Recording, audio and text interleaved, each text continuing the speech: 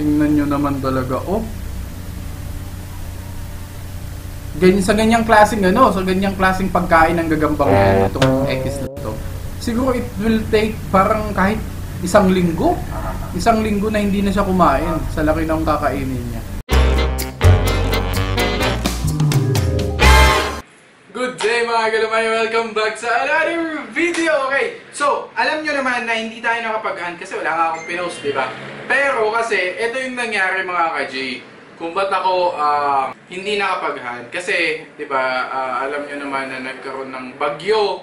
Okay, nagkaroon ng bagyo and umulan dito sa Cavite kaya hindi ako makapag-hunt pero yun, ngayon lang medyo gumanda yung panahon. Baka makapag-hunt na tayo mamaya and 2 beses na yan! Alam ko inabangan yung mga hunt natin pero ito muna. Okay, nakita ko tong video na to sa YouTube, sabi ko, wow, sabi ko, ang ganda talaga kasi gago ka ba? Siyempre, diba, ang sarap talagang makita or makakita ng mga feeding video, ganyan. So, this is the red color form, OBT.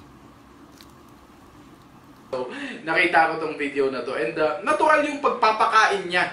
Okay, or natural yung mga video na to, hindi ito talagang parang ipapakain mo, lalagyan mo sa container. Hindi, nasa sapot talaga yung mga gagambang to na pinapakain. So, eto na gusto kong makita nyo din and mag-react tayo dun sa video na yun.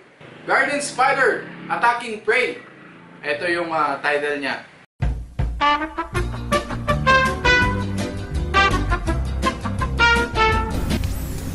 Ayan. Eto yung parang X sa atin eh. Tingnan nyo naman, oh. Alam mo kung lumalaban lang talaga tong X na to, kung talagang, alam mo yun sa stick, kung lumalaban lang talaga to. Ang sarap din, ayan na, may maliit siyang nakuha. Yun, oh. Simple. Ang ganda ng buhay ng gagamba kung utusin. Kasi alam nyo ba mga galamay, yung nila, yung silk, yung sapot nila, is meron niyang luminous effect dun sa mga insekto, sa mga gamo-gamo, sa mga ganon. Pag nakita kasi, di ba alam nyo naman, ang mga gamo-gamo or mga insekto is lumalapit sila dun sa maliwanag. Di ba? Kasi nakikita nyo, minsan yung mga ilaw, may mga gamo-gamo, ganon, mga insektong lumilipad. Ganon din yung sapot nila. Okay? And may ganon din klaseng effect. Ganon, ooh! Grabe, ito naman, tipaklong. Ganong klaseng effect din yung meron yung sapot nila. Kaya pag kumikintab kasi yun, tapos lumalapit yung, bilis grabe. Tingnan nyo naman kung paano niya kainin. Ang lapad ng niya, sapot talaga ng X. Ooh. Grabe. Ayun ang laki nung kinain niya, di ba? Laki ng grasshopper na yun. Grasshopper ba yun? Alam ko grasshopper yun.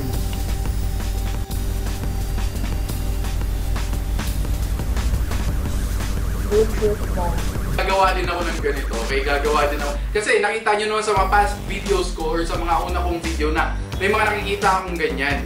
So, yun yung yung talagang aabangan ko talaga. Ayan na.